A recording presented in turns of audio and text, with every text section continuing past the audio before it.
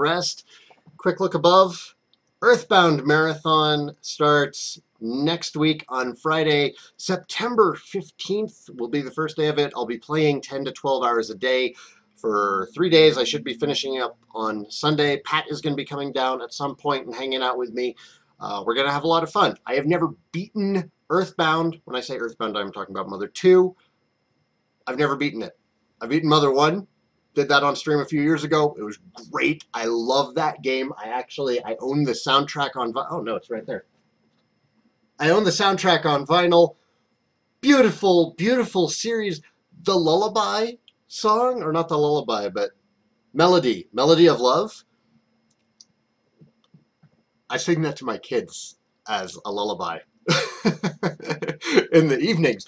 It's fantastic. I was blown away by how good it was, so I'm really looking forward to playing Earthbound / Mother 2, and that'll be happening next week, all weekend. That is a Patreon reward for hitting $500 before the end of August. The next one is hitting $1,000 before the end of September. If that happens, I will do Mother 3 in October. And then there's a final goal of $1,500 by the end of October, and I will just hack it up. I'll play through the original series. It's going to take forever, but it's fantastic, and with GU Recode, is that what they're calling it? GU is getting an updated release coming out. I think a lot of people would also really like to see the original series, because some people might have not played it, and it has become very expensive on the PlayStation 2 to pick up, especially Quarantine. But fortunately, I have all of it. And for whatever reason, that one's not getting remade. So if you want to see the original .hack, give me money on Patreon. Today's subject is fighting games and why you should be playing them. Now, if you're here for Dragon Quest or other RPGs on my channel, wait. Don't leave. I think that fighting games are one of the best ways to hone your skills as a gamer. Not just in terms of execution, but in terms of knowledge building and how you consider challenges, trials, things that you might be having trouble with. Fighting games are good for quick decision making in the same way that Tetris trains you to be good at recognizing patterns and making quick decisions. Fighting games are actually very similar to puzzle games or even RPGs. RPGs are all about spending time building a skill set, building a set of tools so that you are better prepared to take on the challenges that face you. And it is the exact same thing with fighting games. It's just that with fighting games, it relies on the player more than it does on the code. And if you're saying, I'm not interested in fighting games because I'm not good at them, because I'm just not slow enough, or because I'm, I don't know, missing a hand, which I am serious, is not a detriment. Check out Broly Legs. You're all wrong. If you can play video games, if you have access to input and controls of any kind, you can play fighting games. It's not based on reaction time, it's based on knowledge. It's based on reads, of understanding your opponent. Playing fighting games it feels like a very frantic, high-speed thing when you're first getting into it. But once you have built up just basic knowledge of how they work, they're very much a competitive puzzle game. They're closer to chess than they are to really most any other competitive kind of video game. And they stand above so many other competitive games because, one, well, the community is just better. And two, I don't think anybody can actually argue with that first one, really. I mean, look at the Call of Duty player base, look at the League of Legends player base. Those games conceptually are not bad. The player bases are terrible, though, and I think that there's a reason for it, and it's something that fighting games don't experience to the same level for a very important reason. Those other games become toxic because you can always try and blame somebody else for your poor performance, and you cannot do that in a fighting game. In a fighting game, you are responsible for your own loss. You can't put it on anybody else. So it requires a lot more responsibility to play a fighting game and be understanding of why you lost. Because it's a hell of a lot harder to write it off. And I think that's why a lot of people get salty at them. Where was I? Anybody can play a fighting game, and everybody should play a fighting game. I don't mean you have to go to tournaments or anything, but just play some casual matches with your friends. I'm bringing this up because recently Mary, thank you Mary, picked up Melty Blood for me on Steam, and we played a bit, and a bunch of other people on the stream were like, oh, this game looks fun, and then they hopped in, and it was the most fun I have had with a fighting game since my next door neighbor brought home Street Fighter 2 for his Super Nintendo. Because we were all new to the game. It was a brand new experience for all of us. And we were kind of learning it together. I destroyed everybody. That is due to previous fighting game knowledge. And a lot of fighting games hold a very similar core system to the utmost importance, and it all harkens back to Street Fighter 2, which is a very important game in the genre. Was it the first fighting game? No, not even by a long shot. Was it the best at the time? Absolutely. Is it still important today? Oh my god, yes. They are still holding Street Fighter 2 tournaments, and they are still super incredible to watch. I was watching a Super Turbo, which is that's the big competitive version of Street Fighter 2. It was the final version that came out. I was watching a tournament for it yesterday. Absolutely incredible to watch. This is a game that came out in, the original release was in '92. I forget when Super Turbo came out, but it was still, you know, early '90s. I'm still learning things about that game more than, Jesus, almost 30 years later. Wow. And that's because it holds up. Chess is a really old game. You don't see people having stopped that, and there's still a lot of strong communities for games that are old in the fighting game community, Melty Blood included. Apparently people still hold tournaments for that. They held a tournament at EVO, propped up on a trash can, blocking an exit door. But the game has enough of a following that they can do that. And it seems that a lot of people still enjoy it, and one of the reasons is it's simple to pick up and play.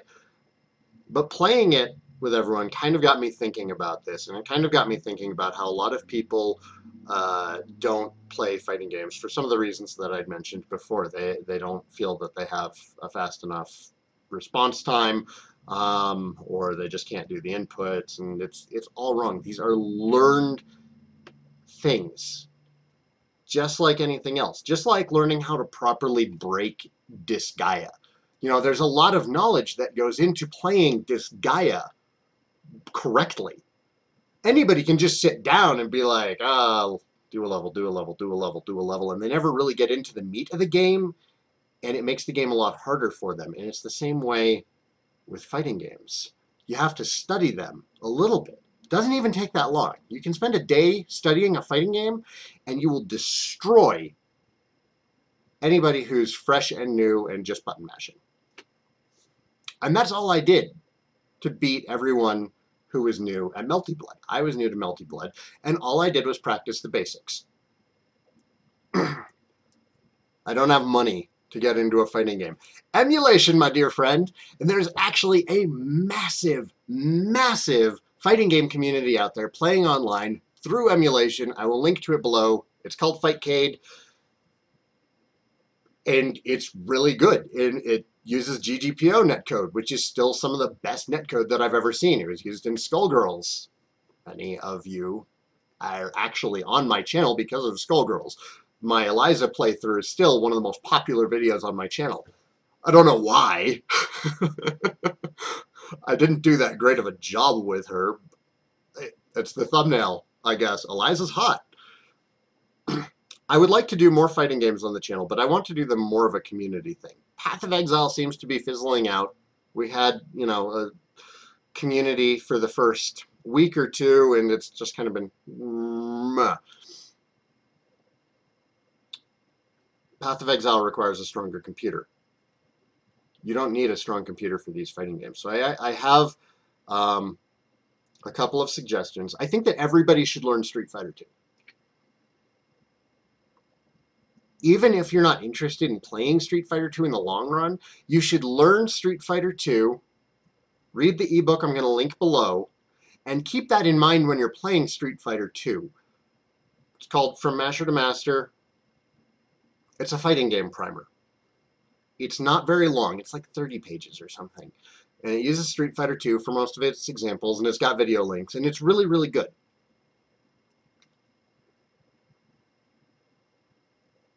It will take less time to learn to play Street Fighter properly than it would to get through a tutorial in really most modern RPGs. It's not hard, it just seems daunting at first because it is a new skill. Now, the games that I would suggest actually, I do have a specific order for this. I don't have a case for this one, so it doesn't look all cool. These are all Neo Geo games. As you know, I'm a fan of Neo Geo. Those are Neo Geo games up there. For the MVS, I have an actual arcade system here. And I hold one of these responsible for why I actually really started getting into fighting games. This is not that, but it is an important game, and it is one that I really enjoy. Samurai Showdown 2. It emulates really easily. You probably can't see that because glare. But yeah, Samurai Showdown 2. Hell, even the first one. 2 is better balanced and more interesting because it includes a big super move when your gauge is full, which is important for learning execution. But one of the reasons that I like suggesting Samurai Showdown 2 is, first of all, it's just freaking cool. I mean, you've got guys with all sorts of different weapons. Galford has a wolf, Nakaruru has a hawk, and it's a weapon-based fighting game with very simple controls. You have a light slash, a medium slash. If you hit them at the same time, you get a heavy slash. You have a light kick, you have a medium kick. If you hit them at the same time, you get a heavy kick. Those are your controls. There are 4 buttons, and that is going to be the same across all of these Neo Geo games, and it's another reason why I suggest Neo Geo games. Just having 4 buttons seems a hell of a lot less daunting than 6 buttons. It's not actually that less daunting, but it feels that way to the newcomer. The reason I suggest Samurai Showdown is it's not really combo heavy. Like there are the occasional combos that can happen, but it's not like in Street Fighter where in order to play even Street Fighter 2 at a competitive level, you need to understand where the game is broken so that you can do combos in it before they actually put a combo system in. There's no combos. Samurai Showdown, the earlier games in the series, 1 and 2 specifically, I'm not that familiar with 3, so I can't say anything on 3, but 4 and 5 kind of got away from the original sensibilities. It's entirely spacing and timing. That's it. If you learn how to space better than your opponent, and if you learn the timing better than your opponent, and you come to understand your opponent and what they're doing, the game is totally fantastic in that regard. And since it doesn't have a focus on learning these combos, and most of the characters only have like 2, maybe 3 special moves to learn, it's very, very quick and easy to pick up and play. Anyone can play Samurai Showdown and do fairly well with it once they understand a couple of things. Garen has beaten me a couple of times at Samurai Showdown, not by luck, but because he listened to the advice that I gave him. I said, if I'm standing here, do this. If I jump at you, do this. This is how you block. Blocking is a very important thing. I forgot to mention that earlier. Blocking is one of the reasons why most people who get into fighting games lose, because they're not defending properly. It is simultaneously the most important thing that you need to learn to do and the hardest thing to learn to do properly. And even though I'm going to tell you guys, none of you are blocking properly, that applies to me as well. I'm just blocking better. So Samurai Showdown 2 is... it's a great place to start. Especially if you don't want to get into Street Fighter, but you should still read From Master to Master and understand how Street Fighter works so that you can understand how the average traditional 2D fighting game works. Another one that I'm going to suggest is Mark of the Wolves. This is available on everything. Everything. And it's also an old Neo Geo game, and you can emulate it fairly freaking easily. It's also very popular, so there's a lot of information on it. This is considered one of the best fighting games ever released, and it's really easy to see why. One of the reasons why I suggest Mark of the Wolves is it teaches you cancels. It, again, has a small roster, which is something that Street Fighter has going for it, something that Samurai Showdown has going for it. A smaller roster means the characters are often more diverse. And it's something that a lot of other fighting games tend to suffer with as their rosters get larger.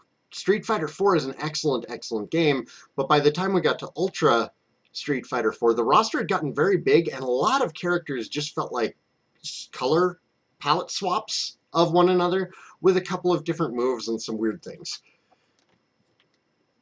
Mark of the Wolves is exceptional in the fact that every single character feels very different from one another. The animation in this game is beautiful. It's just a pleasure to sit down and play anyways because it's beautiful to look at. It has incredible sprite work and animation, and the fighting is just beautiful. It's brilliant. It's simple but deep. And if you haven't played Garou, Mark of the Wolves, which is Fatal Fury 8, you owe it to yourself to. It's a hallmark of the arcade era, and there's a reason that it has been re-released on everything. And, you know, even if you can't afford it, emulate it. But buy the ROM when you can afford it. You can actually buy the ROMs, buy the official ROMs through Humble Bundle for a lot of Neo Geo games. Super, super cheap. And the last one that I want to suggest, and I have this one here because it got me into an entire series. It made me take fighting games a bit more seriously, and it's still one that I can go back and play today. And those of you familiar with my channel are probably going to know what it is. King of Fighters 98. Fantastic game. It has a very large cast, which I know goes against what I was saying with Mark of the Wolves, but the King of Fighters cast is very diverse, and you are almost guaranteed to find characters that you like, which is good because you need 3. And that's one of the reasons why you might want to look at this one later, because you do need to learn 3 characters to play King of Fighters at any level, because it's a 3-on-3 match. Having 3-on-3 matches makes every game much more interesting, because you're not just constantly worried about, you know, Ken versus Dalsum, learning individual matchups. King of Fighters is more about team building once you get past the beginner level, understanding team placement and understanding the roles of each of your team members. And I got into King of Fighters 98 back when it came out on the Dreamcast. On the Dreamcast, it was called King of Fighters 99 for whatever bizarre reason. It's not actually King of Fighters 99. That's a different game. But I first played it on the Dreamcast, and I could not put it down. I got blisters on my thumbs from playing this game. And again, it emulates really easily. It's on Steam right now, on sale for like $5. There's no reason to not pick it up and try it. Moving away from game suggestions, Skullgirls is actually another really good one. Skullgirls seems daunting at first because of the speed involved, but the tutorials in Skullgirls are really, really, really, really, really good. They set a bar for what a fighting game tutorial needs to be, and it's on sale like all the time. It's an indie game. The love in the development shows. And if you have any questions at all about Skullgirls, please let me know. I'm not the best Skullgirls player, but I understand enough that I can watch high-level play and explain what is happening. But yeah, a lot of my gameplay needs work. Inputs. This is one that a lot of people bring up. There's this idea that you need an expensive fight stick. This is what I play on. It's a Hori Real Arcade Pro 4, the Hori Wrapped 4. It came with Hayabusa buttons and a Hayabusa stick. I prefer Sanwa, just the feel of it. I mean, Hayabusa is still good quality parts, but I replaced it for the Sanwa buttons that I'd been using back on the 360. And I feel that this was a really good investment. I bought 2 of them. It's because it's what I'm comfortable playing on now. But you do not need one of these to learn to play fighting games. High-level multi-blood play happens on keyboard all the time. Skullgirls, high-level play. There's a lot of keyboard players out there who are really skilled and play at tournaments and perform it very, very well. What if you prefer playing on a controller? Do that too. There is one rule. There's a couple of rules for choosing your input device. Is it comfortable for you to play on? Does it drop inputs? It needs to be comfortable, and it needs to not drop your inputs. That's it. That's all you need to be able to succeed. Play on keyboard, play on pad, play on stick. Doesn't really matter. A lot of the community does use sticks because that's where a lot of the games were developed for. I have a stick because I always wanted an arcade machine, and I wanted to be able to play effectively on the arcade machine when I got one. So I bought a stick back shortly after Street Fighter 4 came out. I think it was when Super Street Fighter 4 came out was I started transitioning to playing on a stick. It took me weeks to actually learn to play on a stick correctly because I've been playing on pad for so long. But there have been EVO winners on pad. There have been EVO winners on stick. I don't think there have been any on keyboard, but instead a lot of keyboard players transition to something called a hitbox. And what a hitbox is it's like an arcade stick, but instead of the stick, they put in buttons for up, down, left, right. And it works for them. I think it's witchcraft, but it doesn't matter what I think, because if they can do spinning pile drivers on keyboard buttons and they can piano it like Mad Men, then that's effective for them. I can't do it. They can. Doesn't really matter what you use. So don't feel pressed to go out and buy a $150 stick. And there's actually some much cheaper options these days anyways if you are interested in getting a stick. I'll link a couple below, but off the top of my head, there's the Hori Fighting Stick Mini is, I think, $60? Might be $80. But that one's reviewed, no, $40. The Hori Fighting Stick Mini. It's reviewed very well. It's better if you have smaller hands. So, you know, if you're just a smaller person than me, you'll probably find it to be more comfortable. I opted for something giant because I'm 6'6" in real life. It's bonkers how small everybody is to me. But I also have really big hands, so I wanted to have a nice, large, comfortable control, because a lot of modern day controllers are just, buttons are tiny. I'm one of those people who liked the original Xbox controller, the Duke, the Anchor. You could use it as a weapon. It was massive, and it was very comfortable for my giant hands. And there's, there's a wide range of sticks too. I was actually, before I found out about how cheap some of these other ones are getting, sorry, this is super dusty. If it doesn't drop inputs, then it's good. This is a cheap plastic Neo Geo stick from the Neo Geo X, which is, say it's a divisive release in the Neo Geo community. But on my channel here, I have a single credit clear of both Fatal Fury and Fatal Fury 2, and I did it on this. Is it the best stick in the world? No. Was it cheap and does it drop inputs? It was cheap, it doesn't drop inputs. I was able to consistently get through that game, and those who have played Fatal Fury 1 and 2 will tell you that execution in those games is a bit tougher than in modern fighting games. And this did the job. I used to play Street Fighter 4 on 360 controller, which has the dreaded marshmallow D-pad. It worked fine for me. If you can Dragon Punch on it, then it's good. So again, don't make excuses. Really, I can't think of a good excuse.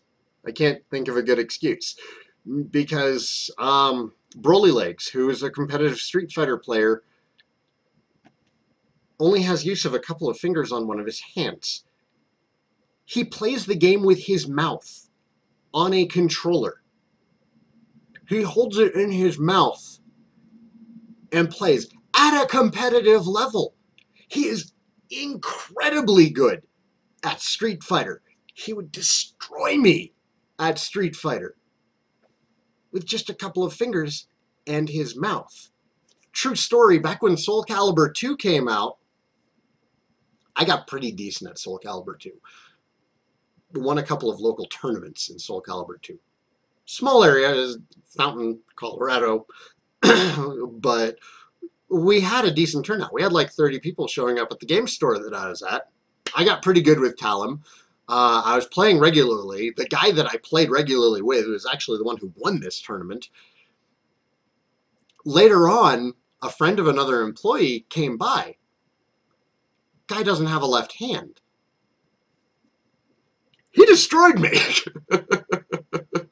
He used the, I don't know if there's a PC term for it, but he used the stump, his wrist, just to play with the analog stick on a PS2 controller. And he beat me at Soul Calibur 2. I can't think of a reason that, any excuse that you can come up with to not play a fighting game. If you don't like them, I mean, I can't say that you're wrong, but I feel that you're missing out, and I feel that you probably haven't given them a fair chance, because there are all sorts of different fighting games, and they all have something special about them that can make you love them. Fine, you didn't like Street Fighter. Have you tried Mortal Kombat? Have you tried Injustice? Are you a DC fanboy? Are you a Marvel fanboy? There's a couple of good Marvel fighting games. They're so good, and I want more people to play them, and I want to spend more time on them. So, I don't know. If Path of Exile continues to fizzle out like it's been doing lately, maybe we'll just move to having Fridays be a fighting game day. Fightcade is a thing. There's a community edition of Melty Blood. You should totally support the developers whenever you can by purchasing these. But a lot of these games are also very, very old. Some other games to check out. Street Fighter, Skullgirls, the big three on the Neo Geo that I mentioned. Injustice is excellent. I haven't played 2 yet. Shame on me with how much I played Injustice 1. But these are all great games. I'm usually up for a match. King of Fighters 14 is out now on Steam as well. That one does require a better machine, so it's not really...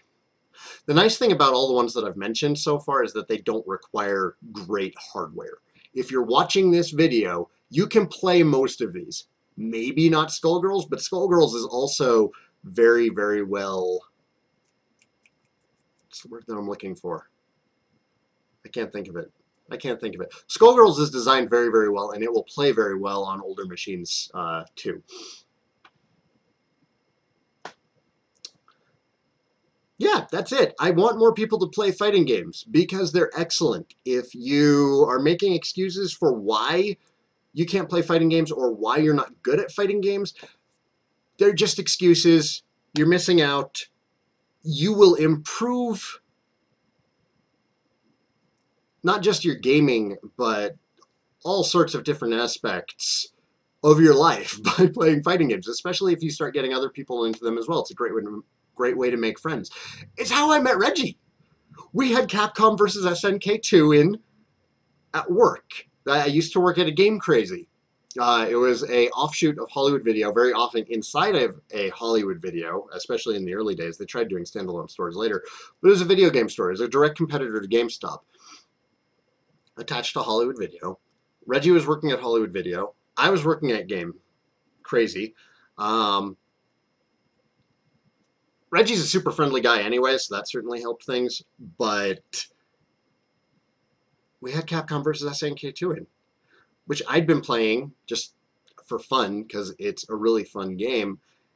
And Reggie came over on his break and started playing. And we spent hours on that game. And that's actually how we really got to know each other. And I think that that's another way that you can really get to know people is through fighting games. And playing them personally with folks, or at least playing with friends that you know online is, I mean, it's got this special kind of magic to it where you kind of get to know people and you can chat and you can share information. And it's one of the reasons why we were able to just play Melty Blood for 5 hours on day one when Mary picked it up for me and a couple of other people in the chat picked it up. And we've got people in Discord, check out the Discord, who are always looking for a game of Melty Blood now. Because it's fun. And they've all improved to a huge degree in just like a week. Just a week, 2 weeks since we started playing. I've started to lose. Not often. But they've taken some games off of me, which shows a lot of improvement for a handful of people who never really played a lot of fighting games. They're all getting better at a very rapid rate because they're playing against each other and they're learning and they're listening to advice when it gets thrown at them, or reading the articles that I send them, things about blocking properly. Blocking properly. Learn to block and you will beat most any beginner at a fighting game. You block. You block, you block, you block. You wait for them to hit something that's not safe. You wait for their pokes to push them out of range, and then you blow them up. Learn a quick anti-air to stop the constant jump-in attacks. You'll see beginners do that, and it's one of the reasons why like beginner-on-beginner matches look so messy is one person will just keep jump kicking the other. Jump kick, jump kick, jump kick, jump kick, jump kick. Perfect! Standing block, the jump in. If it's a jump kick sweep, which is another common thing that just destroys people, standing block the jump in, and then crouch block. That's it. You're safe. Or just learn a quick anti-air. Most anti-airs do not require you to be able to do a Shoryuken motion, the Dragon Punch motion. It's a tricky motion to learn when you're first learning fighting games. But for example, though, most characters have a very simple anti-air. For Ryu, it is down and heavy punch. And he will just do a standard uppercut, and it stops pretty much any jump in Street Fighter 2. That's That's it. There, I told you how to beat any beginner at a fighting game. It's not hard. And then from there, once you start learning, and this is all it was. I just told you how you deal with jump-ins, some information on how to deal with zoning. It's hard to explain zoning correctly without a video, and that's why I have that link below, because From Master to Master explains zoning very well. It's also easy to beat.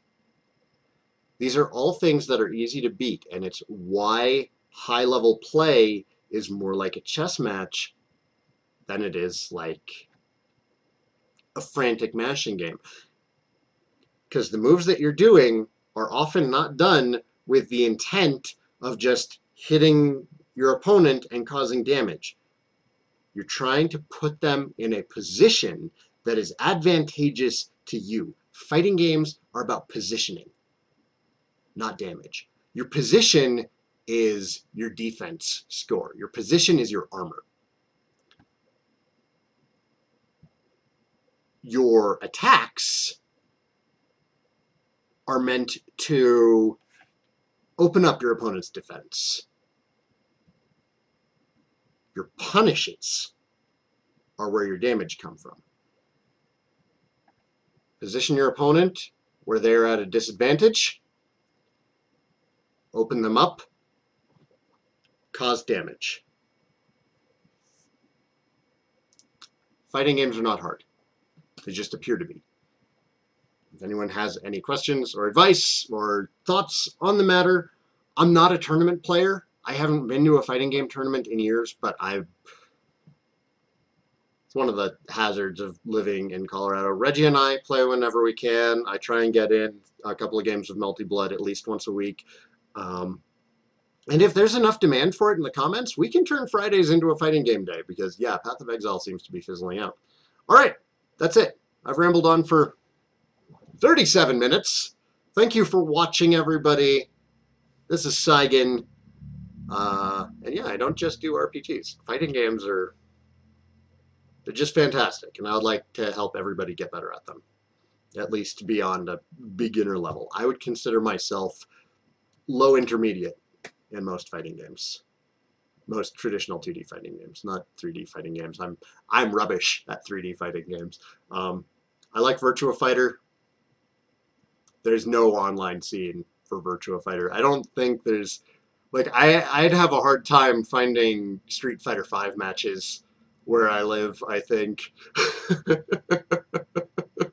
But, yeah, that's why I got Reggie. I've got some friends that I used to work with who play. Got to get them over sometime.